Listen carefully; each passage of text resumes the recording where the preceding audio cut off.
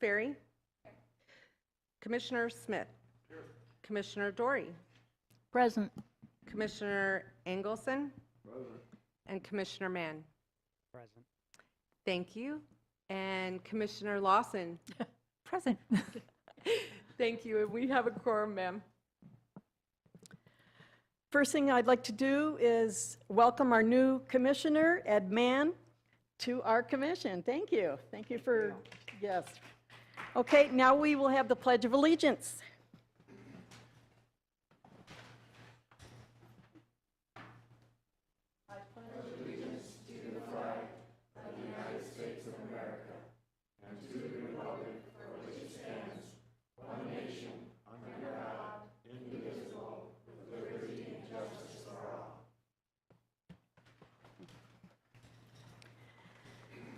Thank you. I'd like to entertain approval of the minutes from the May 13th, 2024 meeting. I'll second that. Okay. Commissioner Smith would like to, and Vice Chair Ferry seconded that. All approved? Aye. Aye. Any nays? Okay, that passed. Thank you. Okay, consideration of public comments. Do we have any comments that were written in? No, ma'am. Okay. Very good. Now we'll move on to new business. The Horseshoe Pitching Development Agreement, Route 66 Six-Packers. Okay, and we have the president and treasurer of the Six Packers, if anybody has any questions for them, but I'll kind of go through it first kind of quickly and tell you a little bit about it. So we looked at a couple different locations for it, obviously, and we talked with them, obviously, and took input from our staff, and we came up with where it should go is at Centennial Park, and it would go outside of the outfield fence of Field 3. It's a big open area. We just think it'd be a really good spot for it, and the development agreement with the Route 66 Six-Packers with the expectations of who's going to do, like what the city's going to do and what they're going to do is all spelled out. And if the equipment costs are in there, the materials, the concrete, the benches, the fencing, all that is included in the document that you received. And the areas of responsibility, who's going to do what and when is all defined in there. And there's the location where it would go on that map. So it's near the parking lot. We think it's a really good area.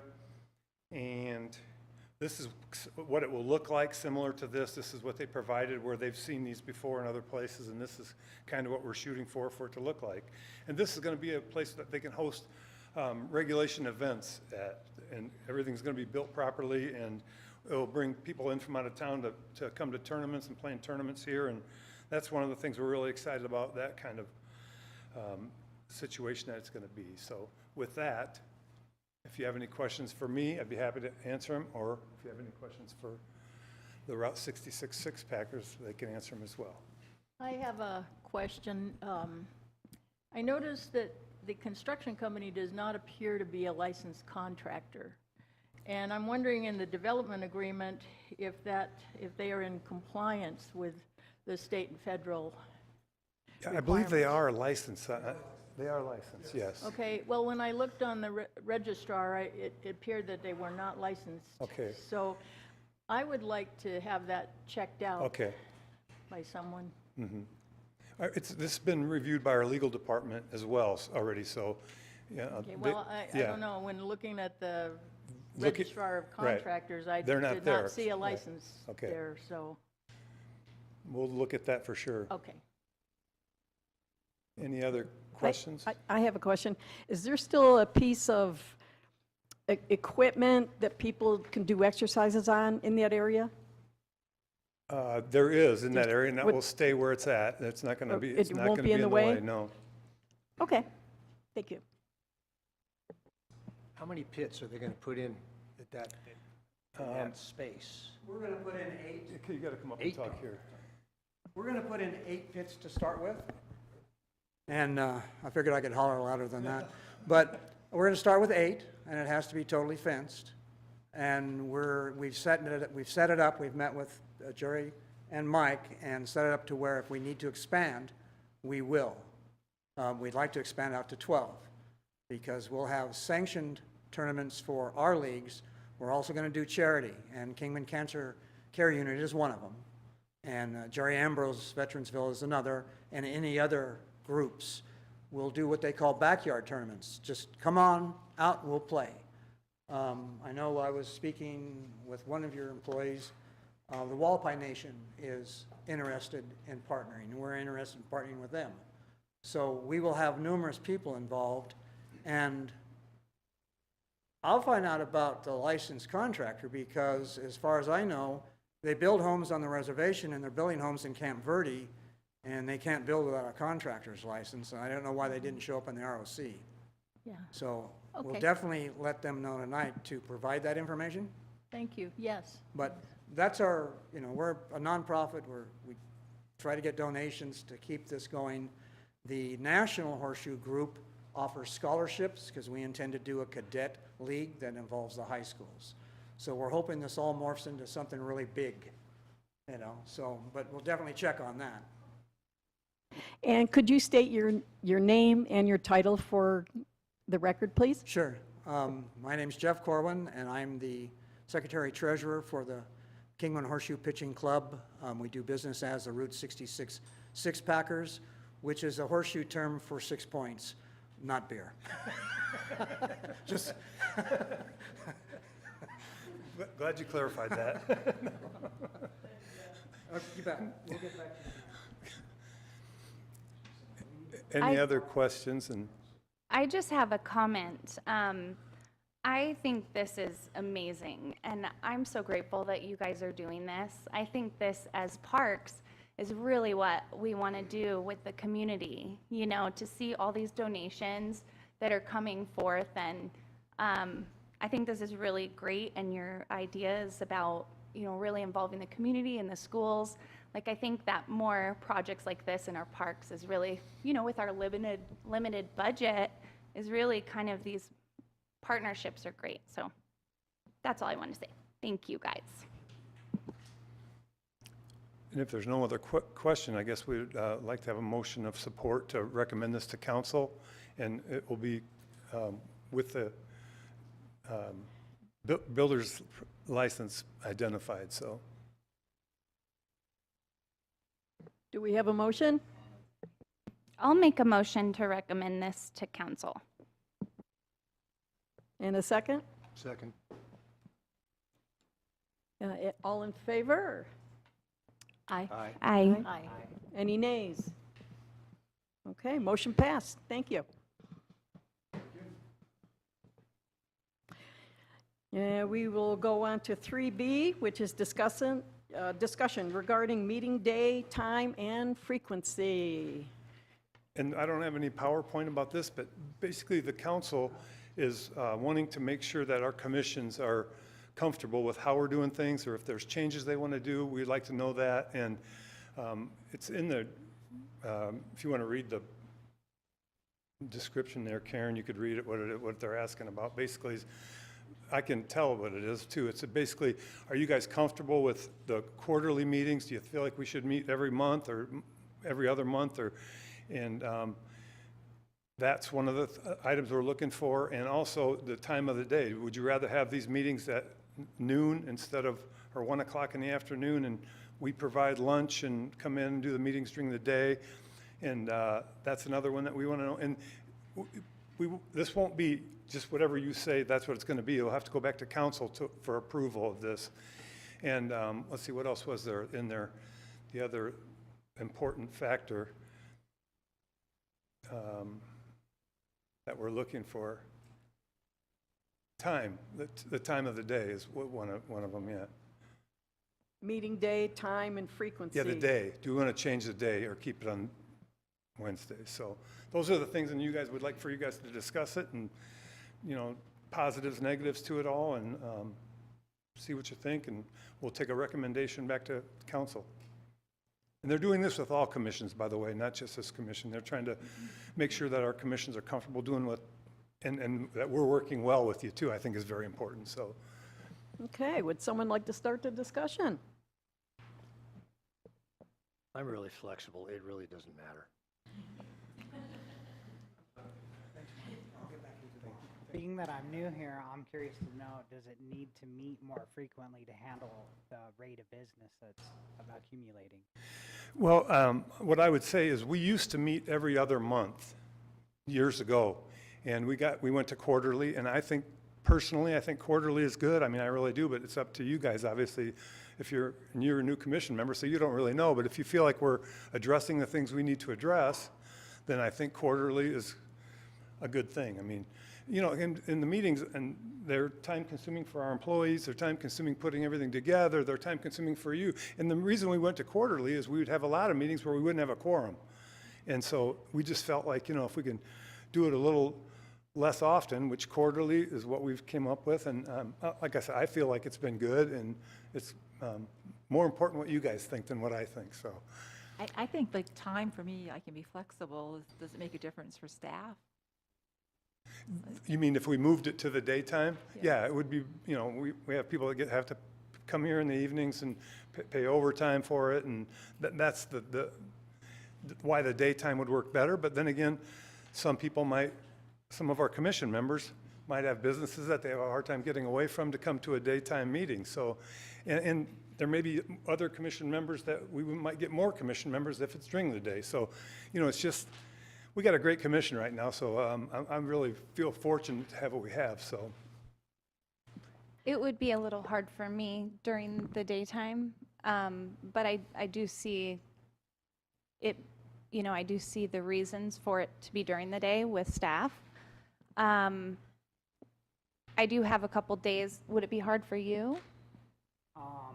I see the benefit for the day that far outweighs my personal discrepancy. I mean, it affects more people on the whole than it does, and we're talking a small amount of time. It just benefits far outweigh.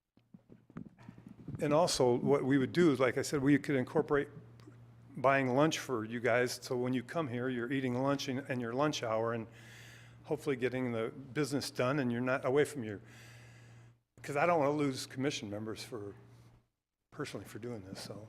Well, We have a lunch great is commission good. right now, I like it, so. You know, and I want to ask the commission what you guys think. So I can be flexible, just personally, I can be flexible on Monday, Wednesdays, and Fridays in the daytime. And of course, whatever works for you guys, we can work it out. But I do kind of wonder about every other month.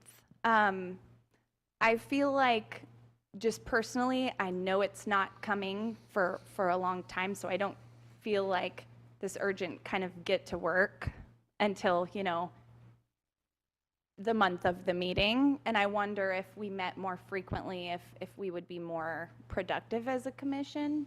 But I don't know how you guys feel about that. Well, if something needs to be done expeditiously, we can always call a special meeting. Right. If we still met quarterly. And any time is good for myself, so. And we have done that before, called special meetings, so, you know, like I said, we just found it to be, when we had them every other month, we had a lot of months that we wouldn't get a quorum. So we all come to the meeting, our staff all comes to the meeting, and we don't get enough people to show up to have a quorum. So that's kind of why we went to quarterly. And, you know, and if you all feel like we're not being productive, and I want our commission to be productive. So, and if there's anything we can do to make that better, even meeting quarterly, I'd like to do it. So don't ever hesitate, and you're not shy about texting me or calling me if you see something in the parks, which is great. I appreciate that. Anybody that ever texts me, or other people have called me, text me, and I appreciate that kind of stuff, because I always say, more eyes looking is better. I can't see every square inch of every park every day. So, but. I think you guys do such a great job of giving us really detailed reports too. You know, I feel like we're really learning a lot every time we come, so. And you guys are certainly busy getting a lot done. Anyone else?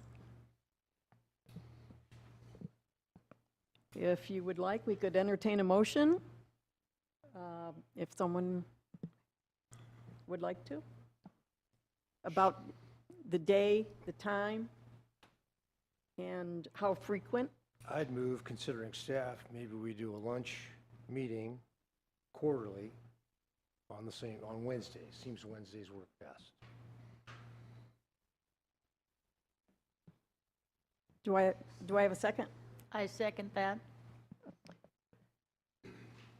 And all in favor? Aye. Aye. Aye.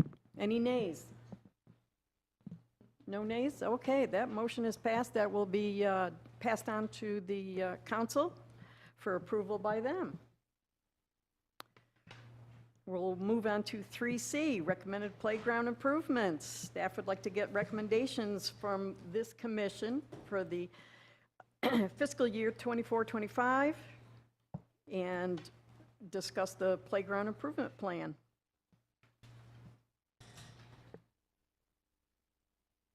I'm going to turn this over to Jerry, so.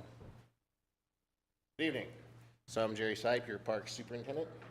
I'm gonna go over some playground improvements for our new fiscal year budget for what we can add to the parks. So going over the first one, we can add some exercise equipment to Metcalf Park. It'd create a workout area in the back corner closest to Lee Williams. It'd create more of a circuit course spreading equipment throughout the park. This addition would include a sit-up bench, push-up bars, dip bench, and pull-up station, and a 4-step setup at increasing heights. The cost for these units, not counting installation, is $18,140. At Cecil Davis, we have the Cocoa Wave pendulum swing, costs $15,600, not including installation, and you could put that at Cecil Davis Park. We could do zip lines at Centennial, ranging from 34 foot, which is $50,000, not prior to installation, $67,500 after. A 50-footer, which is $57,000 prior and $76,000 after installation, and 66-foot for $65,000 and $87,750 installed. All three of these are 3-bay, with one being assisted in ADA. But then we have 2 already ADA apparatuses currently installed, so we'd like to add some pour-in-place surfacing to make it more wheelchair accessible to those. It costs $19.91 per square foot. It's 3.5 inches deep. It's currently needed at those ADA play areas we already have. One is the Southside Park ADA swing, which that passed 152 square feet. The estimated install would be $3,040. And the next one's our new installation at Kingman. Make a path to that would be 350 square feet, and estimated install cost of $7,000. So at Hub's Neighborhood Park, if we did a shade structure there, it'd be $82,500.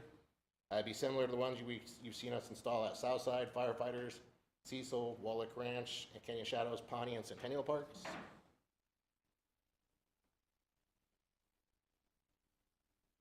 Then if we could also do some cardio equipment at Centennial.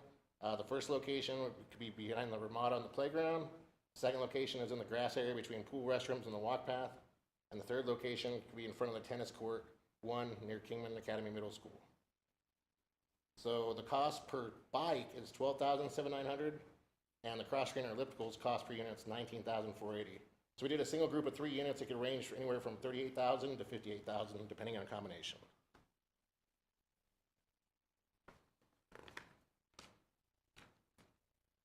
Another thing we have looked at is a fitness park at Centennial. The list price on this equipment without tax, freight, or installation is around $33,000, and we're estimating around $60,000 installed. This is body weight, fitness-driven exercises that are appropriate for all levels of fitness abilities. It's great for individual use or small groups or classes. The signs are customizable. There's also a fitness app you can download, and it'll teach users how to safely use the equipment, and it can provide exercise routines, and there's QR codes on all the pieces of equipment. So with all of those that we've looked into, we put together 2 packages. So package number 1 would be the exercise equipment at Metcalf Park, the zip lines at Centennial, the pendulum swing at Cecil, and the pour-in-place rubber surfacing at Southside and Lewis Kingman for the ADA apparatuses we have. This would be around $134,410 plus installation costs for the pendulum swing and workout stations. But some of the workout stations we can be installed in-house if we are going over budget. Our staff recommends this one. Option number 2 is a shade structure at Hubs Neighborhood Park. And we could do some cardio equipment or the fitness park at Centennial Park. So we're coming for you today to get your recommendation on option A or 1 or 2. I have a couple questions. The zip line, how many zip lines would that be? That'd be 3. 3. And we have 3 different lengths. And one is assisted, which is ADA, or it can be used for younger kids. It's where you can kind of strap them in. Okay. And the outdoor equipment is, I guess I'm concerned with weather. So I've actually seen these at one of the conventions I went to. They're all very industrial and very well sealed. And matter of fact, you can even hook your phone to it and use your phone as a screen for actually what you're doing. So it'll tell you how many miles you've gone, your speed, all that. Then when you leave, it's all sealed inside it. You know, when you're on like an exercise bike or whatever, you use one of those cords that's hooked to you. Is that included? That's more on for there? like treadmills. It's just that way if you stop, it instantly stops the machine. The bikes and that don't really have don't much have that? momentum base in them. Okay. So All right. Any other questions? My wife and I looked into a parkour equipment that had signs that indicated the levels, beginner, intermediate, and advanced levels for each exercise, and ways to increase the intensity of the exercises that were at the pieces of equipment themselves. yeah, I believe that's what those QR codes are for on each one of those. Because Okay, these QR codes require that you've got a telephone with you. correct. Okay, not everybody's going to do that. These were signs that were actually at the place. And, yeah, I'm going to say this carefully, given the demographic in town, these particular pieces of equipment, I think I gave you the information, really was a little more appropriate for people who wanted to do more stretching. There were strength things involved, as opposed to the equipment I saw in this thing. I'd like you to really take a good look at at the stuff that Mike has. And we did, they did look at it, they got the information that they showed you there from looking at that information. Is that right? Yeah, Okay. and those would have, we could put signs by them as well. Okay. This company really did a great job in researching how to use their equipment. The signage was phenomenal. And that's why I just suggested. So we really Compan, take what a I've good noticed look with at a lot of that. their playgrounds is they do have a lot of signs you can buy with them. And actually, they have a lot of labels they put on their playground as far as age Okay. ranges and stuff like that. Okay, just as a review is all, because, I mean, that was pretty rudimentary equipment, and the pricing was about the same as some of the equipment that was in the information I gave you last time. And I forwarded it to Jerry and to Matt, they looked at it, so that's where they got the information, I think they shared that information with Compan, and they, Yeah, we that forwarded right? They Okay. forwarded to- Similar to what you sent us. Okay. So, Okay, all right, because we were just wowed yeah. by what. so as far as the signage and that, I can probably get with Compan and print out what would be on the app and put it out on signs. and Okay, install there. that might be okay if we could do our own signs or something along those lines. Yeah, I just had to get permission from them, and I'm sure it wouldn't be a problem. Okay, so, may I? Okay. I love, I'm a huge fan of those fit parks, and I love the ones that are for all ages and all abilities. I would love to see that in our community someday with, I think it really allows everybody to come and exercise for free. You don't necessarily have to have a membership to a gym. It could be a cool thing for the city to do classes that they offer where you could charge people to come and have a trainer kind of thing. I think that's awesome. But I love the idea of this, putting some of these exercise equipment, and I'm wondering if maybe we could look at some of those pieces that you recommend for like the Metcalf Park exercise equipment, because I feel like it would be really great to have some age-appropriate things at Metcalf Park for these high school kiddos. I think that they come, and I think the rock climbing wall is awesome, and it's a really good start. But to keep on adding to that. And then I think that having this surfacing is so important because we don't have a whole lot of ADA playgrounds.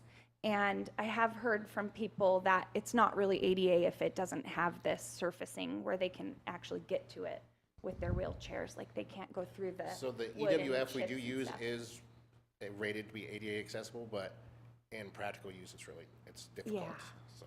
Yeah. And I've seen that where it is rated to have that, but then you also see someone like get out of their wheelchair and they crawl to the Yes. playground and it's not really accessible. So it would be so great to have these paths. So I guess that would be my comment. Any other comments? I just have one. The equipment going into Metcalf, there are so many events that happen down there. Is the equipment going to be put so it's not Yes, so so close? I have a map of it. It is sticking far to the right side there on that picture. So it doesn't really intrude on any of like where the big event spaces are. And these are just, they're just mainly like steppers, almost like pull-up bars and push-up bars. They're not large pieces of equipment. Okay. They're similar in size. Actually, they're smaller than most of the ones at Centennial Park. Okay. Also, I think when people do come to these events, they'll see that exercise equipment there and may come to the park more often for And it exercises. might actually, some of those are tall enough, like the pull-up bar, two of the pull-up bars, it might be great for signage too for events.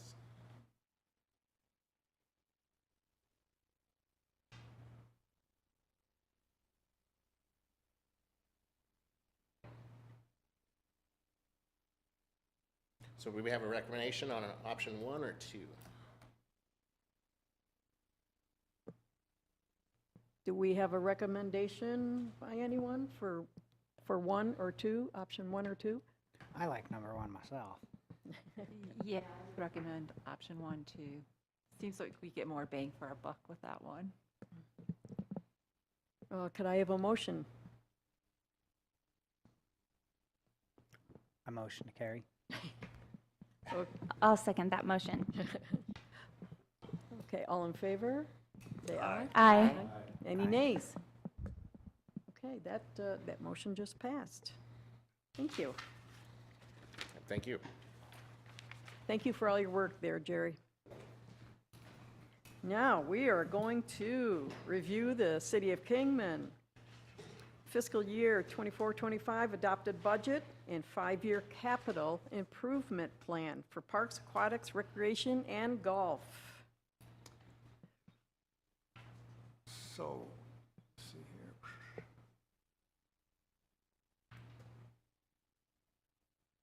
So we sent you the link to the budget, and so hopefully if you were interested in the budget, you got a chance to look at it, but what I brought here is basically the CIP budget information. And so I was going to go down this list of all the CIP stuff that we've got on the budget and see if you had any questions of that. And if you have any other questions of the budget, obviously a lot of work goes into the budget. Our staff puts the budget together, and the finance department goes through the budget really good and works with us on it, and then the city manager goes through it, and then it's presented to council and they approve or deny. So, and they give us information what they think too, obviously. So it's not just approve or deny, but they approve the budget in the end. So this is, if you go down the list here, the additional field at Southside Park is, that is in there for next year, and that's if we get a grant. That's why it's in here. We're trying to get a grant to build another baseball field at Southside Park. So that's what that one's about. A brush truck replacement, that's for this year. It's to replace an old truck that we have in our department. And everything in this year's budget was approved. And so we're working a lot on this type of stuff right now. Centennial Park field enclosure, we're enclosing that fence and moving the fence back, so we'll have a much deeper outfield there, and the field will be reservable for tournaments and like I said, it's going to give us a much deeper field than we have now. If there's a problem with Centennial Park, the field's there, it's that the outfields aren't very deep for tournaments, and this will give us one good option for the better age brackets, or better players, I guess. Centennial Park parking lot, if you've been to our office and seen our parking lot, it just needs a lot of work, and all of our parking lots really need a lot of work. The seal coating that you see they're doing on the streets would be helpful, or just go over and redo them. They've been in there since the 1980s. 1986, I think, is when that complex was built, sometime around then, and the asphalt's been there since then. It's just the weather's obviously taken its toll on it.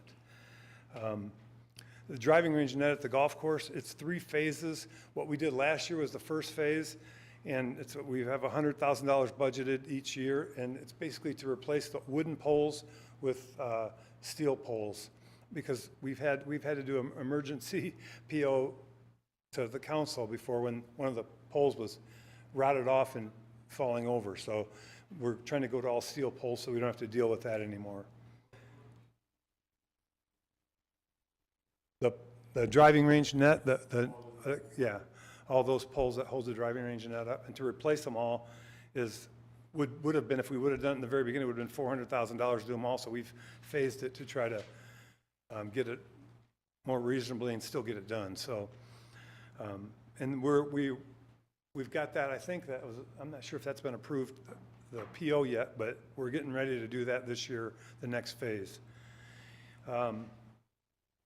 Triplex mower at the golf course, that's to replace the greens mower at the golf course. This was approved last night at the council, and the piece of equipment that we replaced was from the early 2000s, and it's a very important piece of equipment. It's what goes and mows your greens, so it's important to keep good equipment on there, because you end up having hydraulic hose blowouts, and it kills big sections of the green and things like that. So that's just, equipment's very expensive, and our guys do a really good job of taking care of it, but it's important, I think, to upgrade those a little more frequently than we do even. The Grandview pool upgrade, this is an important one that there was some stuff identified in the OSHA inspections that came along, and we're gonna basically rebuild the pump room there and the filter room and keep that a pool, and redo the liner, redo the decking. And matter of fact, I just got the quote today from the architect that's going to design the work, and he came to look at the pool to make sure it was safe to get it open for this year even. So they're a really good company. They're out of Tucson, and we're looking forward to working with them and getting rolling on this, because next spring's going to be here before you know it. So we got a lot of work to do to get that pool ready. So basically, what the thing of it is, oh, that's outside, I guess. I thought my timer was going off, telling me my 3 minutes are up. But at any rate, so the Grandview pool, the pump room is actually the wall to the pool is the wall to the pump room down low. So we're going to bring all that up top, so there's no, the pool was built in 1940s, and so there's some steps going down to the pump room that OSHA doesn't like the way they are, and they're unsafe, and so we're just going to upgrade it and make it so everything there is up to code and done right. So we're excited about that project too, and like I said, we got to get rolling on it, and we have a lot of stuff we got to get going on, so we're working hard trying to get all this stuff going. But the Grandview pool irrigation upgrades, we've got a lot of irrigation upgrades both in the parks and at golf, so we've got a lot of good stuff going on there. A lot of our irrigation systems are older, and there's a lot better equipment that they can control with the phone to turn off the irrigation at night. If it rains tonight, they can do it from the phone and take care of it. So we're excited about that kind of stuff too. The Lewis Kingman Park project, a lot going on there. You've seen that if you've gone by there. Playground in there. They're working on the restroom. I think they're supposed to start construction on the restroom really shortly. So we're excited about that project. Omaha Drive shared use path, that's out along Omaha Drive. We've met with Angle Homes, Angle Homes is gonna do in-kind donation of over $100,000 in asphalt to do this project. And then the city we will do some of the crossings that need to be put in there where the stormwater, it's a stormwater area where the water goes across where the trail's gonna go. So it's important that we build this properly and get it done right. And J2 Engineering did the architecture on it, and they're still completing the architecture work on it. So What else? Omaha Drive, a Parks dump truck, we're replacing a dump truck that we've had. Our dump truck that we have now was an old street department dump truck years ago, and so we're gonna upgrade and get our own dump truck, which is 1989 it is, so yeah. And you may have seen it running around town, but we need a new dump truck, so yeah, it's, and we use that at parks, at golf too. We use it at all different areas, so it's a shared piece of equipment, so. And playground equipment, this is the one we just talked about. We have $150,000 budgeted for it. And so we try to, when we try to put those together, we take the input from the commission and we say, what did we do last year that we scheduled? And then we'll look at what you guys wanted this year and we'll do that next year if we can include that and try to get it done. So that's kind of how we got to number one was there was a lot of discussion last year at the commission meeting about the stuff they wanted. And obviously, we do feel like the ADA stuff is very important to try to get our playgrounds so they're ADA accessible for everybody. So we think that's very important as well. Recreation center, we have money budgeted. Basically, that's going to be to do a needs assessment study to see, like, we think we know what we want in a recreation center, but we want to make sure that we're not being dreaming too big, in other words, because obviously it's important to get what experts can look at these and can look at communities and give us a little guidance in what we have. So we're looking at all that. I've got a meeting set up with the city manager, which we have a new city manager, reasonably new, and he's been great to work with, but he's getting his feet wet and learning about all these things too. So we have a meeting set up with him to discuss this in the near future too. So Southside Park field lighting would be next year, and that would be another one where we're trying to replace the wooden poles that we have and go with Musco lighting, upgrade the lighting at Southside Park. Basically, we have all of Centennial Park now is upgraded with new lighting and up-to-date steel poles and just a lot better than what, and it was great, it was good what we had, but it's nice to get rid of the wooden poles, like I said, because we've had problems with they rot off and they're just not near as good as the steel poles. So, and the Musco lighting is the best lighting where it shines the light on where you're trying to shine it to, not all over the whole neighborhood. So it's important that we get that kind of lighting, we feel. So Southside Park infield renovation, that's for this year. We budget $150,000 to redo the infields of the ball fields at Southside. So we've got a contractor that's give us a quote to do that. And obviously what else we're gonna do when they're doing that, we're gonna watch very closely what they do, and we'll take pictures of what they do and measurements of what they do, and we'll put a plan together so we can do a better job in-house even of doing these things. So that's kind of what we did with curbing at the golf course back in the day.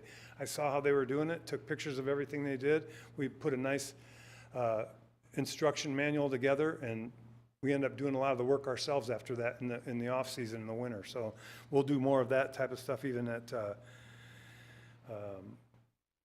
on the ball fields. In our ball fields, it's a little bit like the golf course, what I say. People that only know our ball fields, they'll complain about them. People come from out of town, they say how wonderful our ball fields are and our complexes are awesome. And it's like the golf course, the same thing. People that only play our golf course, they'll complain maybe about the greens or this or that, whatever. And you want to say, how'd you putt today? But you can't say that. But and people that come from out of town and play our golf course, they're like staggered about how awesome that golf course is. And so it's just constant, we want to constantly do better, and that's what we strive to do. So, and then Sunbelt Park, basically Sunbelt Park, the challenge with Sunbelt Park has been the drainage, that we found out that more water flows across that area than flows into Monsoon Park, and it was just approved last night by our council, which we had an IGA with the school to put the proper size drainage channel in there now. And so we'll be getting the 100% design done on the drainage channel, so we can start on that project soon. And we had a meeting today, Jerry and I did, with the J2 Engineering, the architect firm that's designing it, and they're working towards 60% design completion. So we're working with that, and basically to do the park right, it's like $22 million, and we have $4 million and $3 million budgeted. So what we're going to likely do is try to do a bond issue eventually to get the remainder of the funding. But our goal right now is to get the drainage channel in and try to get as much grass area for soccer fields and things like that that we can get. We're not gonna put in the fancy playgrounds and the beautiful restrooms, and there's a lot of beautiful stuff we got going in there, but we're gonna do all the work to just get it functional and get stuff going so we can at least start utilizing it. Because basically, whatever we get out there is gonna ease up the traffic on our fields that we have at Centennial Park. So that's what our plan is with that. It's like I said, there's a lot of really cool things that we're gonna be doing there, but we don't have the funding for it, and I think it's gonna take a bond issue likely, and that will be a lot more higher profile people than me making that decision. Obviously, city manager and council, everybody's gonna have to make that decision. But that's kind of what our direction is on all these, and I'd be happy to answer any other questions. And if you had a chance to look at the budget that I sent you the information on, I'd be happy to answer any other questions about the budget. And we can obviously talk more about any of it, so. Any questions? What, did you decide to pave the Omaha path? Yes, it's going to be paved, and that's going to be paid for in-kind donation by Engel Homes. And, Yeah, okay. and Desert Construction's going to be the one who's working with Engel Homes on it, so. We talked about a dirt path, mountain bike type path. No, this is going to be a asphalt, it's going to be ADA accessible, which is really nice. I mean, that's another goal that I think is very important. The more ADA accessible paths we could get. This isn't a trail, this is a shared use path is what it's called. That way it's going to be for basically scooters, wheelchairs, kids on bikes, that kind of thing. So it's a little over a mile long, and I've had a presentation to this commission about it before, and so and the council. Yeah, I took you. If I haven't taken you up there, let me know, and I'll take you up there. I'd be happy to. So, anyway, that's a pretty cool project. Yeah, Mike, I'm looking at this golf course activity, and in May it said you had 1,221 rounds, 18 hole rounds, and then in June you had 17,000. I'm not sure which is that the. I mean, that's great if you. Yeah. I'm not sure which. The number of rounds in between May and then you go to June, and it's like 17 times as many. Goes from 1,000 to 17,000 or something. Unfortunately, I don't have the computer. It was probably mistyped. I can always reprint it out and update the information for you. Yeah, unfortunately, somewhere in the transformation or the transfer to this form, it was. Wait, you're going to need to come up here to talk about, but what he's saying is there might have been a number transposed or something, and so what we'll do is we can get that information and then send out an email I'll send out an email to the commission with an updated one if there's a mistake on it. It's not really Is that right? important 'cause it's not really that important. It is what it is. Yeah. The higher it is. The higher the better, number, the because better, we're right. Getting more money where we can fix the golf course up some more. Yeah, and obviously, you know, the golf course been busy lately. We've been really busy there, and they've been getting more and more business, and Yeah, it's going the right direction, so. Yeah, the staff down there is so much improved over when I got here. I feel that way too. We have a great team. But that being said, I know you and I have talked before about how the golf course was built on the desert and there's not much underneath it, but I'd like to know what the plans are to rectify that. I mean, we can put topsoil in there, and I don't propose that you do the whole golf course at once or anything, but couldn't we take some of the areas and start, you know, improving the soil so we could get better grass in there in those places that need it? Well, I mean, it's obviously, you can do that. It's very expensive. Top dressing, if you're talking about top dressing areas, it's very, very expensive to do. And the challenge really, like you point out, say number 11 fairway, our worst fairway is probably number 13, but number 11, for example, that hump that you see out in the fairway, very little bit of topsoil. The big rocks that you see on number 8T, those are right under there, the same thing. And so we have so many areas that are like that. And the newly constructed areas, the same thing as number 13. There's just not a lot of good topsoil there. So you'd have to start top dressing program. There's some private clubs that I know of that are on top dressing programs. Oh, yeah. It's very expensive to buy the material, buy sand or whatever you're going to put on it.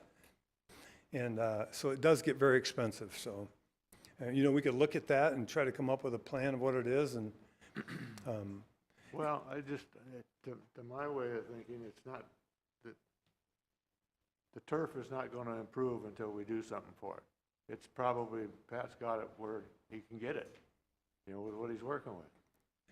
So, we're spending hundreds of thousands of dollars on some of these other parks. Why can't we do some of that with the golf course? And Oh, we're spending a lot of money at the golf course too. Grass is the golf course. I mean, you take the grass away, all you got is desert and a clubhouse, and nobody's gonna go there. So, to me, it's a very important piece of it, and I would just like to see a plan. I'm not saying, advocating, spending all that kind of money on it, but we gotta do something, or it's gonna keep regressing eventually, and Well, I think so. And, a year like this and the years like we've had of lately where they're so hot, it's very, very challenging. We have cool season grasses. The elevation we are in Kingman, we have cool season grasses. And because if we had warm season grasses, they'd be dormant all winter. And from basically September, they would start going dormant and be dormant till June probably. So that's why we use cool season grasses. And they just don't do well when it gets to be 112 and 113 many, many days in a row. So that's the challenge with it too. So.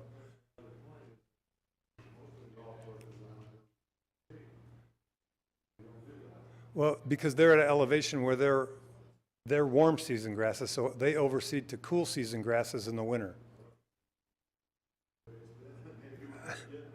We could be, but we're not there yet. So, I mean, it's just, and we do have some warm season grasses. Bermuda, we have patches of Bermuda, and we've even seeded Bermuda in places. Is it doing great? Not really. I mean, I don't think it is. It's, it's doing okay in spots, but how I look at it in a sense is any grass is better than no grass. So we've tried doing warm season grasses in spots, and we've continued to do overseed with the cool season grasses that we've had better success with. So, but we can look at put a plan together about what top dressing fairways would cost, and it just, yeah. I suggested to take some of the grass out. A lot of places on that golf course where they don't play golf, it's just grass, and they get mowed just like the rest of it. Get fertilized.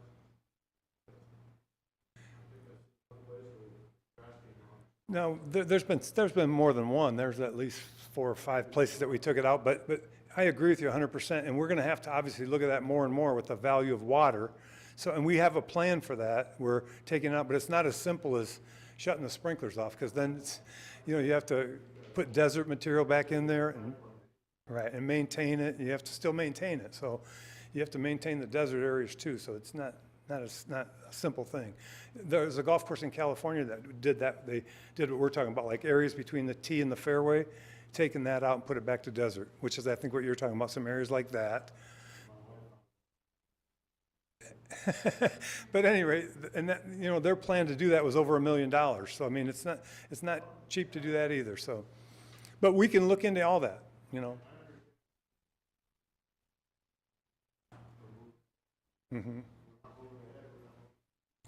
Well, and like I said, if you got a chance to look at the budget, we have a pretty substantial budget at the golf course too. And there's a lot of people that think the golf course should sustain itself on its own. And we're not there yet, obviously. We're not making enough money at the golf course to pay what we spend on maintenance. And that's our goal, to get there someday, and we strive really hard to do that. But if we're going to start talking about putting, $2 million a year into sand top dressing over the fairways, we're not going to get there. And so I think it's important to, look at everything and see where we're at and do the very best we can to make it as good as it can. And like I said, people that play at our place and only our place will tell you how bad the turf is and how bad the fairways are and how bumpy the greens are. And people that come in from out of town and play tell you how wonderful it is. So, there's just, I know.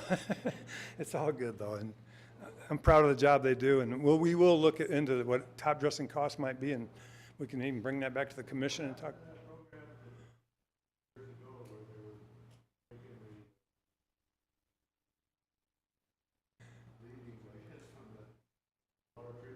The compost, yeah, and I still like that, but we got a lot of complaints basically from some of the customers that didn't like it, but it did a great job of making healthy turf, so, you know, I think maybe we should try to get back to some more of that, because it's yeah. But we'll talk about that too. I like the idea, and Patrick and I'll talk more about that, so. At any rate, but I appreciate your thinking about it, so. Okay, any more discussion on the fiscal year plan? I just wanted to ask about the cameras. Was there anything that got slipped into the budget for the For cameras I for don't- security? I don't think so.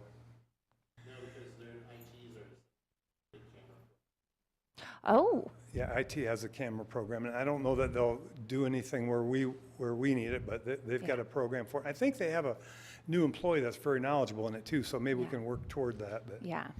I mean, we would like to have one just outside of our office by the pool Yeah. stuff too. I mean, so we're not anti-camera, but Yeah. it's, you know, they're expensive and they're challenging to monitor and maintain. Yeah. It seems like there's areas that could definitely be priority. And one of the reasons that they've mentioned not putting up signs that say this is under surveillance is because there's no cameras. Right. So we're kind of limited in even having these preventative measures put in place. And that's one thing that I heard Officer Zach talk about was cameras. So I think if we can try to prioritize this in some way, I think it's important. There's a lot of money spent on all of this Yeah, and we'll look at- vandalism and stuff. We will look at putting more money in the budget for next year for cameras and Okay. check into it. All right, thank you. Okay, there's nothing else. We're going to move on to reports, which is Patrick with the Golf Course Superintendent Report.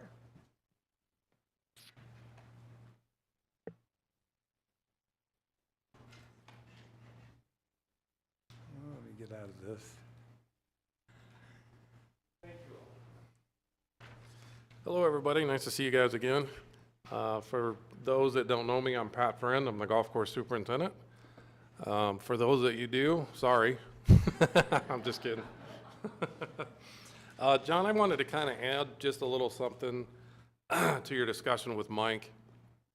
Something that I really haven't publicized, but I guess I am now. Since I started there, I've been working on a 10-year plan of taking things back to desert. I have been basing a lot of the stuff that Mike already had, areas that 10 and 11 tee box. We probably got an acre of turf in there that never sees a golf ball. And if it does, it's coming from 15 and it doesn't need to be there. So just for your information, that is something that I have been working on. And I want to go into these areas, like Mike said, remove the turf, take the sprinklers out. The day's going to come, we're going to have to anyway. Water restrictions are going to show up. And so I've been trying to be proactive about it and move forward with some sort of plan. You know, it's nothing finalized. It's just some chicken scratch that I've got, but it's different areas. One of the things that we're going to work on this winter is starting to measure those areas and actually get them into some kind of a publisher document or a PowerPoint so that we can move forward. Because like I said, the day's going to come, council or the city manager is going to show up and say, guess what? Well, what are you going to do about this? And yeah, absolutely. So it's very important to me. Water conservation is huge, and it has to be. So I am working on that. Part of that plan is I'm hoping that I can go in and retrieve some of that soil maybe and use that soil to top dress. We'd be able to stockpile it in some of the dry ponds, you know. But until we get in there and remove the turf, we don't know what we're working with. I have a really good idea, but so anyway, I just wanted to touch on that too. So you're welcome. Kind of moving on from just some highlights from my report. Cultural items, we've put 6 fungicide applications out. We do have a little bit of fungus running on the golf course, not uncommon. Like Mike said, you know, it gets over 100 degrees. More importantly, it gets over 75 degrees at night. It's just prime opportunity. We do our best to try to cut the water, keep it from spreading, fungicide applications, you know, doing everything that we can do, but it's definitely something that's not going to go away. But we do our best to go back with the slit seeder. I'm currently using a 6 seed blend in a cool season, so 6 different varieties when we go back and seed now. all of those are cool season because that's what we're based on.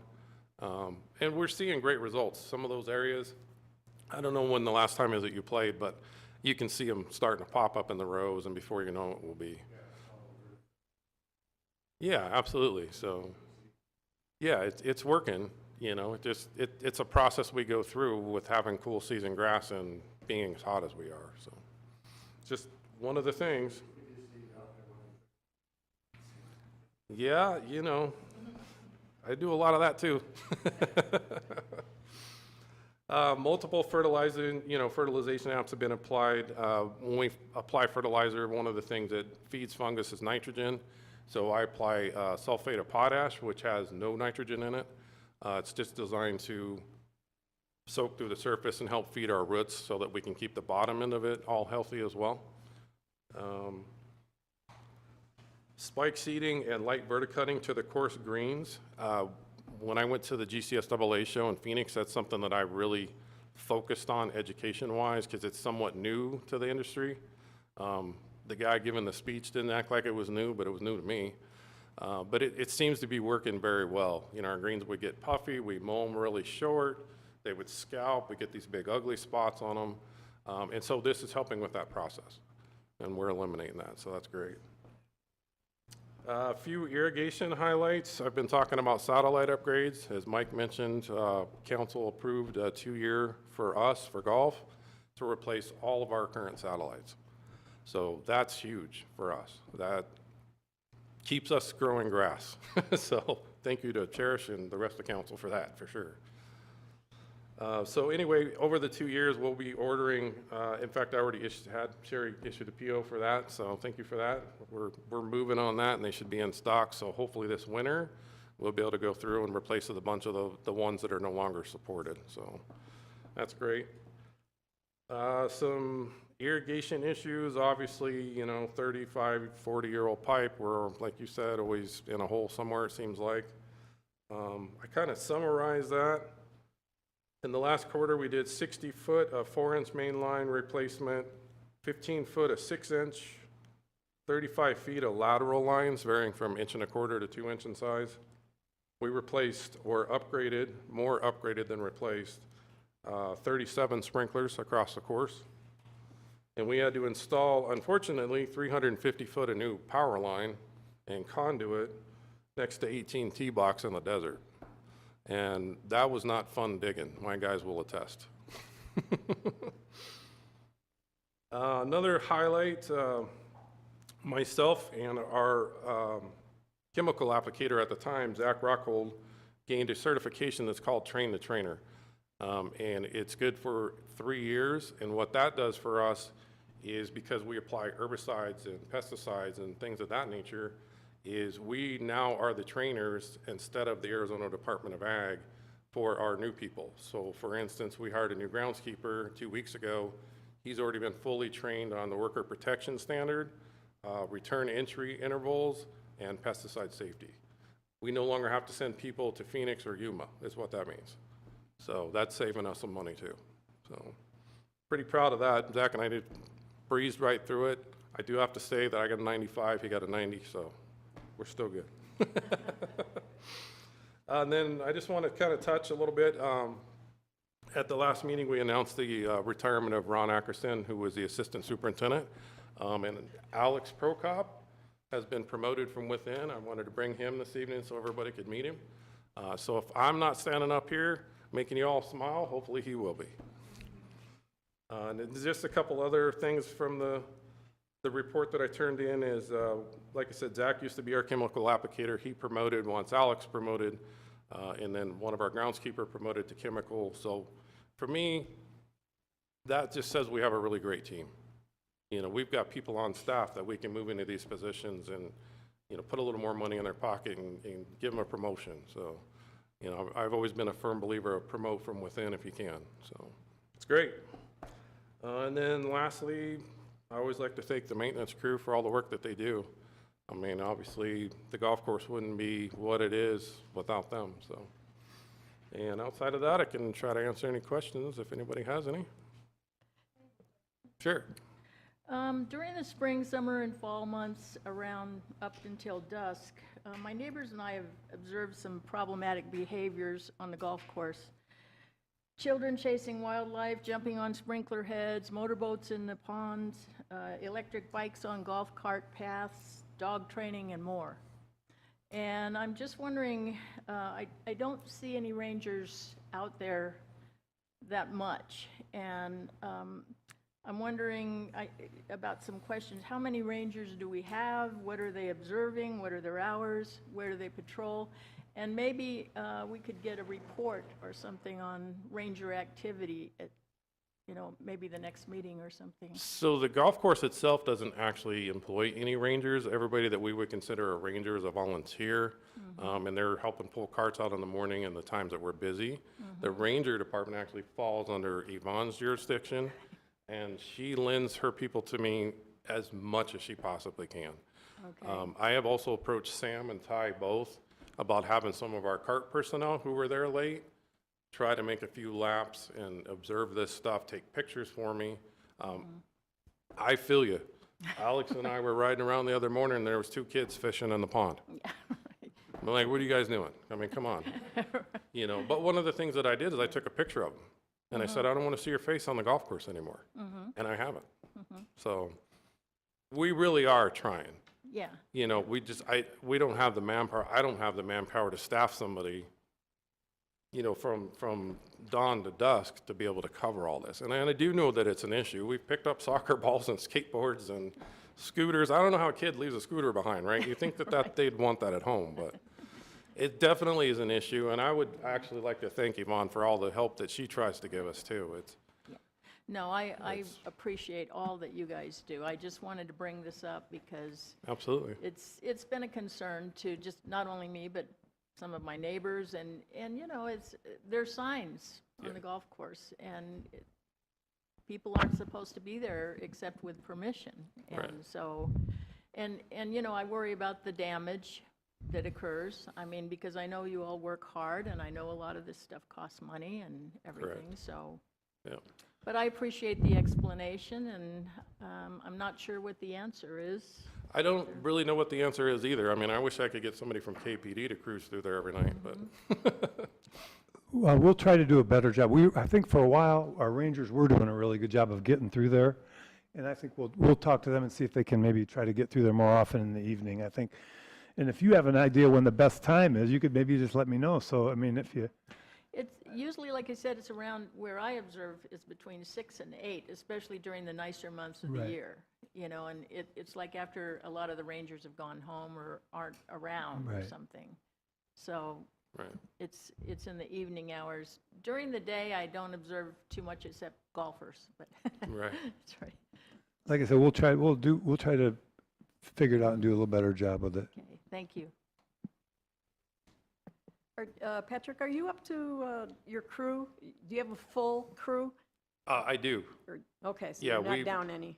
We hired a new full-time groundskeeper. He started 3 weeks ago. And we started our search for the part-time groundskeeper that helps us with the weekends last December, and we hired somebody roughly 30 days ago, so. Very good. Yep, I'm all the way up to crew. I'd love to have my inmates back, but I don't think that we're gonna get that, so. Anyone else? All right, thank you all. On to the Recreation Superintendent, Yvonne. Hello, good evening, everyone.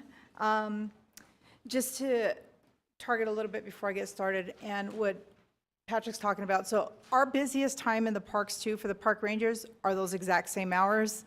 So if you're talking summer, they've got 7 ball fields going at Centennial, 4 tennis courts, 4 pickleball courts, numerous people with either 1 or 2 rangers. Southside has 1 ranger with all of their ball fields going. So I know they have gotten calls, possibly from you maybe, but if they're in the middle of what they're doing, they gotta like clean up their area, go drive back to the office, pick up a vehicle, get in that vehicle, drive back down there, which ultimately in the end is gonna probably take them about 45 minutes. By the time they get down there, the kids are probably gone. So aside from staffing, like Patrick said, staffing that area specifically, it's gonna be really hard. or us assigning an additional ranger specifically just for that. But again, all of that has to be budgeted for as well. So that's something that we could either discuss later at another time. But they do, when they get response, they just don't go over there all the time. When it's slower and it's more convenient, let's cruise through the golf course, let's go see what's going on. They can do that. But it's just during those peak times of when you said, it's really hard for them to drop what they're doing to make that as part of their regular routine, because they'll leave and then they're gonna get a call that says, this toilet's backed up, or this toilet's out of paper. There's just not enough time in those peak hours. Yeah. So to go on with our report here for recreation, we have started working on our fall registration, excuse me, our fall program information last month. It is scheduled to come out September 4th, so all of our fall programs will be listed in there. We did start a couple of our early fall programs in August, which was earlier this month, with our dance program, only because we have to end our dance season a lot sooner than we would like to, because getting into the schools for recital is almost impossible from any time after Thanksgiving. So we did start our dance program the first week of August, and we are happy to announce that we got almost all of our classes are completely full. We did acquire a couple additional dance teachers with us. We are currently at 203 registrations for dance, and we have a total of 38, it was 38, but as of earlier today or this week, 42 performances that are going to be at the recital, which is way too many to host one recital. So what we're doing is going to split them up and hold 2 recitals on November 9th. So there'll be an afternoon and then a later afternoon one. We also lost one of our fitness instructors. J.J. Harris has retired after being with the city for 25 years. He's finally hanging up his athletic shoes, at least in our facility he is. So, but we still have our body shaping instructor who's been with us for quite a few years. Sports-wise, we are currently seeking enrollment for the adult volleyball and the youth volleyball programs. Both are slowly picking up in numbers. We have worked closely with KUSD on facilities for our upcoming season because, as Mike mentioned, with hopes, we will soon someday have our own facility, but we do not have a gymnasium, so we do have to depend on KUSD for the use of their facilities.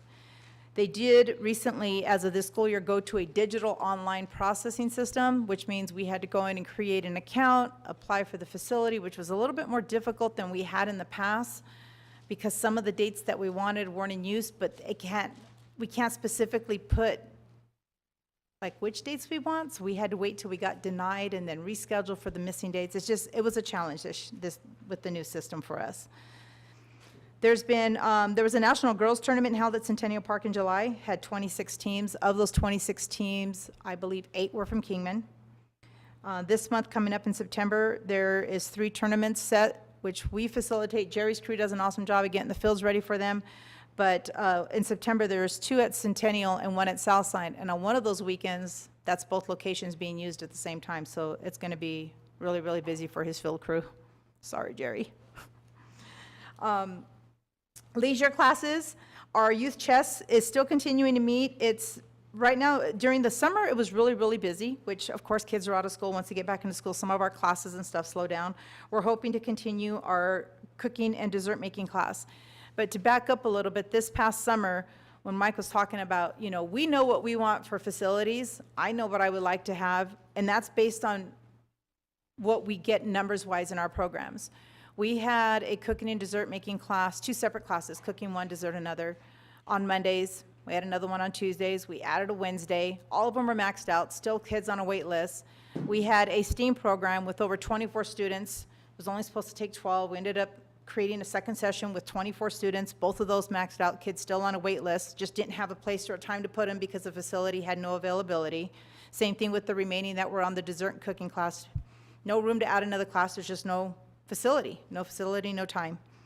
Our Little Tyke Sports Camp had over 60 plus registrants in it. Our summer day camp, almost every week was filled to capacity. So our programs do fill. And so when you hear people say, oh, there's nothing to do in Kingman, Town Contact Parks and Rec. But every single one of our summer programs just about maxed out. We had very little room with kids on a wait list. And the sad part is I don't like to leave kids on a wait list. I sit there and I try to find a way to offer another class. So going into that, we're moving into our fall season. So because of we started adding the cooking and dessert making to the fall season because high demand from the summer had asked, hey, so we did it last fall and it was a success. We're going to try it again this fall. We'll see what happens. Registrations haven't started yet because they won't start until September 6th, I think it is. So we're hoping that we are successful there too. Special events. This summer we had our summer carnival night, which was very successful. And then Mud Mania is another popular, and we had 367 registered participants in Mud Mania, followed by our float-in movie. The float-in movie night had a little incident, is what I'll say. It required us to call the police, kids just threatening stuff, and for safety protocol, we took safety measures and called the authorities. But we did have 216 show up for that event. Our capacity would have been 350, but when things started to go south, the weather was looking bad. We were looking at canceling, but it did get started about 45 minutes late. We had to make people wait. It did open up. We started. Then everybody kind of left when the action started and so forth, but some people stayed for the final event. And I do want to give Aloe Fiber a shout out for that event because they did pay for everybody's admissions. They bought everybody's popcorn. They paid for the movie licensing for that event, so everything was fully covered by Aloe Fiber. Our family bingo night, that was supposed to be our last summer event prior to, well, almost our last summer event. August 9th, it has always been pretty successful, but for some reason this year, we did not get enough registrations. We had a total, I think it was 7 or 9 registrations, so we canceled the event because we couldn't buy food if you don't know how many people are showing up. So we try to do the best we can with trying to solicit people to register on time and early. So our last, what we call our summer event, is this Friday with our drive-in movie at Southside Park. We had voting on Facebook. People can call in and place their votes as well. And the winning movie is the E.T. Extraterrestrial, so it's a throwback to the original. But we're looking at weather, and it looks like we're supposed to be fighting some winds, but we're hoping it'll change before then. I believe we can't put the screen up if it's faster than winds are blowing 15. Yeah, so we have to keep them like below like 12 miles per hour in order to have us be able to put the screen up. Otherwise, you're going to see this huge white kite flying over Kingman. In the aquatics, we did have a pretty good summer. The good thing is, safety is always our biggest concern. There was no major rescues or incidences that took place. So our lifeguards did a great job this summer. We opened on Memorial Day, and we just closed last week. August 10th was our last day at Centennial. August 3rd was our last day at Grandview. So both pools are now closed to the public, but Centennial does remain open for the school swim teams, and that's Lee Williams, Kingman Academy High School, Kingman High School, and White Cliffs, and Kingman Middle School. So we facilitate 5 schools at our pool Monday through Thursday for their swim team practices. Some are in the morning, some are in the evening. The Recreation Division has also been participating in the First Friday events just to get our department out there a little bit more, handing out our advertisement, promoting our events, our parks, and our facilities. So we have a couple of our part-timers that kind of switch off doing that. They're very knowledgeable of what we have and what we have to offer, so that's been kind of helping too, I believe, with a lot of our publicity. And then our vacant coordinator position will be filled on August 26th. Once it's officially in place by the next meeting, I'll bring that person in and we'll introduce you to them as well. The end of next week, again, also, Mike and I are going to be gone. We are off to our state conference in Tucson, so we'll see how things go there. And Sandy will be traveling along. I think you guys had Sandy last month. So other than that, do you guys have any questions for me? All right. Thank you, Yvonne. Thank you. I actually just thought of one. I'm so sorry. Just really quick, and we don't have to really go into depth, but do we have a volunteer ranger program? Is that what you're talking about? No, the golf course rangers are volunteer, not the parks rangers. Okay. Parks rangers are paid employees. All right. And I don't think the city allows us to have volunteers, which somebody can normally be paid for. Okay. So that's... Gotcha. So maybe I'll reach out to you guys, just learn a little bit more, if that's okay? Yeah. Okay, thanks. Mm-hmm. Okay, Park Superintendent report, Jerry.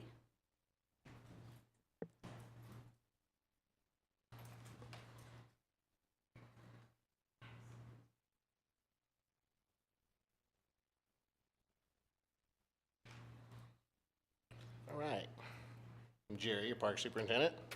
So we'll start with the Lewis Kingman Park upgrade. Excavation installation of the new playground is complete. Parks maintenance team, we installed curbing. The old ramadas 1 and 2 were removed. All that concrete is broken up and removed by us. And then the new ramadas have already been currently installed. Restroom construction is actually happening currently. We have our first guys working electricians and all that tomorrow. Grandview Pool, the water collections team with the water department, Keelan Yarborough and his team, actually came and helped us with one of their big vacuum trucks to suck all that media out of the Grandview Pool filters. Big shout out to them. There was the only way to actually do that. With me, Superintendent Jerry Sipe, I've known him my whole life. I repaired a broken lateral line in one of the filters at Grandview Pool. We were getting media that was blowing out into the pool, and that was it. With those getting changed out, and then one of those got damaged, I was able to fix it, and we had pretty much eliminated that problem after that. Inmate crew from Geo, they came out and helped us remove or reinstall that media. So we kind of had a chain gang going of bringing it all in bucket by bucket. Then we were able to get it back online for the 2024 swim season.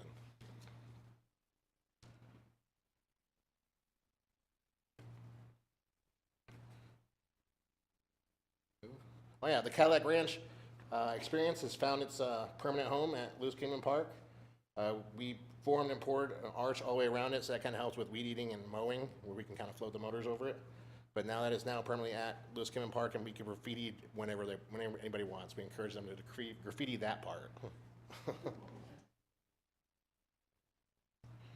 All right, Canyon Shadows shade canopy replacement. This was one of our newer shade structures. There was an incident where the shade fabric was ripped. ShadeNet actually repaired it for us, and then me and my team actually reinstalled it ourselves. It was actually pretty challenging, but it was a learning experience for us, so now we know in the future what we're in for. And then Adopt-A-Park still remains the same. We have not got any new, but we haven't lost any either. And there's a big shout out from those organizations with all the help they do. So safety and training, we installed new AEDs at all park locations. Default fix Centennial's Park Burbank parking lot lights. My new pool operator, Lucky Black, became a certified pool operator. We participated in the ADOS inspection for the Centennial Maintenance Yard and Community Center.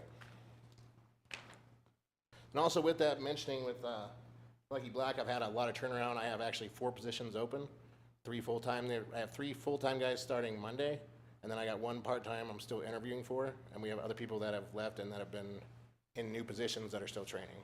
So we've had our challenges with that. All right, so miscellaneous repairs and improvements. The bleachers from the street drags, we returned and delivered those all from Centennial and Southside Park, except for 8 that went to Kingman High School and 4 that went to Lee Williams for graduations. Parks delivered tables and chairs for EMT lunch and stayed late to put them away. We set up audio and provided barricades for Kingman First Friday and Beale's Streetscape project. We donated shade structures donated by Kingman Little League are complete at Southside's fourplex. And the other 2 will be installed this winter. Those were actually built in-house too by our equipment mechanic Ken Kelly, the really good fabricator I have. Parks delivered tables and chairs set up for the following events. We had the Employee 5K, the Blue Star Memorial Ribbon Cutting, the Chain Trading in the EV Museum, and the Summer Carnival. We got the inmate crew from Geo to come out and help us dress out Southside Park for the Kingman Little League All-Star Tournament. A mound at Southside at Field 6 was moved for that tournament. Completed construction set up for the annual Mud Mania event. We helped run and tore down and reset the park after that event. On that event, we actually had to dig up and then refill everything back in and reseed. It's a process. Pawnee Park, we had a memorial bench, pad poured, and bench and plaque installed. And then also at Centennial Park, we had the memorial bench and for my mother, Nancy Sipe, installed. We had 158 irrigation issues that we fixed this quarter. Then this one we had the new shade structures at Pawnee and Canyon Shadows. We had 512 MROs for the quarter. We ended the fiscal year with an estimated of $30,670 in vandalism damage. And then our last slide that was already sent out to you guys kind of shows miscellaneous vandalism at each park. But that will conclude my report. Any questions? Anybody, any questions? Thank you, Jerry. Yep. Keep up the good work. Thank you. And thank you to your crew. Yes, they're amazing. All right, we have the Golf Pro Shop and Grill report. Sam's not here, so Ty's going to give the report. Ty's our assistant golf professional. I think we introduced him to you guys before, but he had a big accomplishment really since then. He passed his player's ability test to become a Class A PGA professional, which is a pretty big accomplishment. A lot of people can't make it to that point, so congratulations to him for that. Thanks, Mike.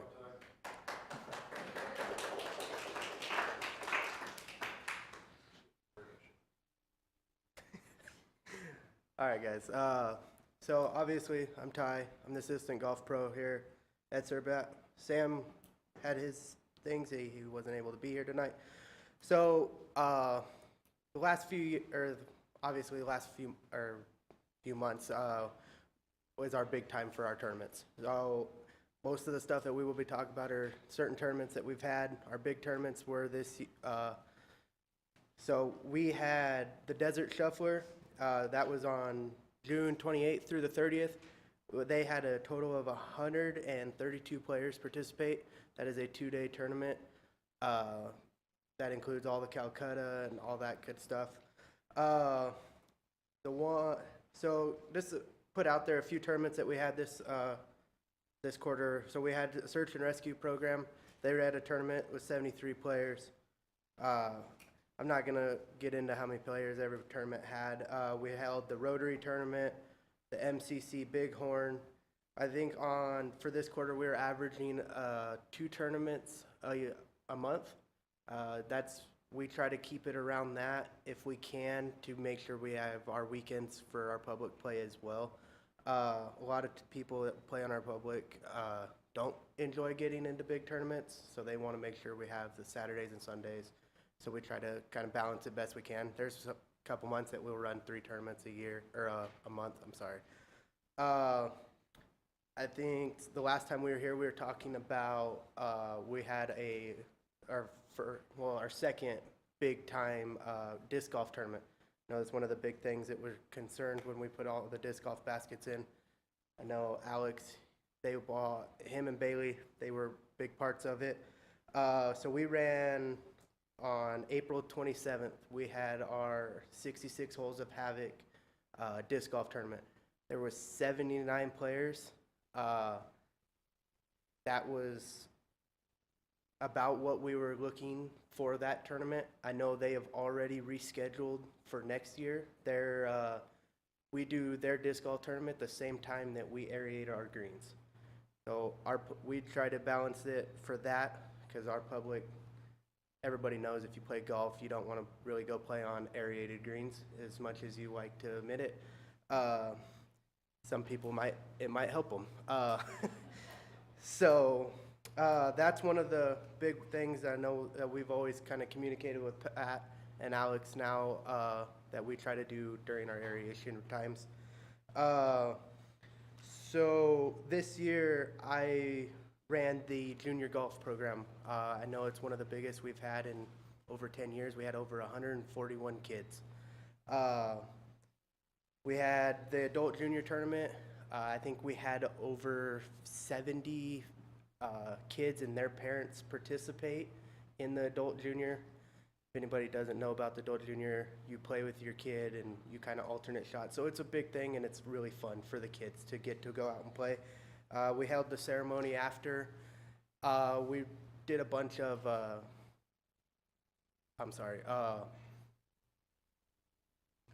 surveys. That's the word I'm looking for, sorry. Every survey we got back was how they enjoyed it. We've had our little concerns and things of how to smaller the groups. Me and Sam are actually getting with Mike and Pat right now on our different ways to try to keep our groups smaller. So you're not, what we call it, you're not one teacher to 30 kids. And that's about what it's right now. I think we have 5, maybe 6 volunteers on good days for 140 kids. So at the moment we're trying to figure out how to make that better. But as a whole in that was a very good turnout for us with 140 kids. So we're talking tournaments. Right now we're we're running a new tournament. This is the first year it's ever been done. It's actually through Southern Tire Mart, and it's a 2-man tournament. There is actually 9 every Sunday at 2 o'clock. They run qualifiers, and there's 9 of them. The next 9 weeks, we did it on Sundays. We got with the guy that was running the tournament. We decided we wanted to make Sundays. Our Sundays are our slower afternoons. A lot of our afternoons are a little bit slower, but so we did it on Sunday afternoons to try to boost the play on Sunday afternoons. Then for that tournament, there will be a 36-hole championship that'll be held, make sure I give the right date here, October 19th and 20th. And so they're doing all the food, they're talking about having a Calcutta for that one, and that'll be a 2-man, and we're looking at 36 teams all in and all for that tournament. That kind of includes everything. I just want to make sure I get out there, and I want to thank our maintenance program. Without them and what they do with Pat, Alex, we wouldn't be able to keep that pro shop up and running, really. So I just want to say thank you guys. I know Alex did a great job when Pat was gone on his vacation, and I appreciate everything you did. I know I called you pretty much every night, so I'm sorry for that, but I just want to say thank you, and is there any questions that I could answer for you guys? I have one. As far as the junior golf, getting more volunteers, do you think maybe the high school kids who are on the golf team, because some high schools, I think they still want community service done, and they could get hours in Right. With the youngsters, because I'm sure a lot of those golfers that are on the high school team have gone through that program. A lot of them have. So, if you could reach out that way, maybe even. So last year, when the summer, because our summer program is our biggest one. We have a fall program, but we average about 50 or 60 kids because kids are in school. But the summer program is our biggest one. And we put it out to all the high schools last year, got with all their coaches, and none of the kids just wanted to volunteer. So we've been more in touch with trying to get with the coaches side of it and seeing what we can do to get more help there. So. Yes, we are working on that. We've got a list so far of people that we think might be able to help. Even the customers that we have and other employees and things. So we're working on it, how we can make it better. That's all. We do that with every event we have. We look at how we can make it better the next time, and we get input from all the volunteers that help them, and we try to get, like every event that we have, we ask all of our employees that worked it, what can we do to make it better? So we're just doing that with this program as well. Great program, but we still think we can even get better. So Absolutely. Thank you very much, Ty. No problem. Okay. Anybody else? Okay, thank you, All Ty. right. Thank you, guys. Thank you to your crew, too. We're on to announcements by commission members. Anyone? I just wanted to say that I had a little interview with our friend Jim Hinckley, and he was talking about how that new trailhead downtown is like the new place to bring every visitor because it's just the most beautiful view of downtown. So I thought that was really cool that that's like the place that everyone's going. So you guys just did such a beautiful job with that. So thanks. Anyone else? I have a couple. I did bring my grandkids to Mud Mania, and my 7-year-old grandson said that it was just amazing. That was the first time he had ever done that. Also, I attended the summer carnival at Centennial, and the dance performances were that was really great. I really liked that. Also, Commissioner Dory and myself went to the Blue Star Memorial Marker ribbon cutting, and I just want to send out kudos to the Surbat Garden Club. That was just fantastic, and I'm very happy that Kingman has one of those in our city. Thank you. Anyone else? Okay. Oh, did you have a director report? I'm sorry.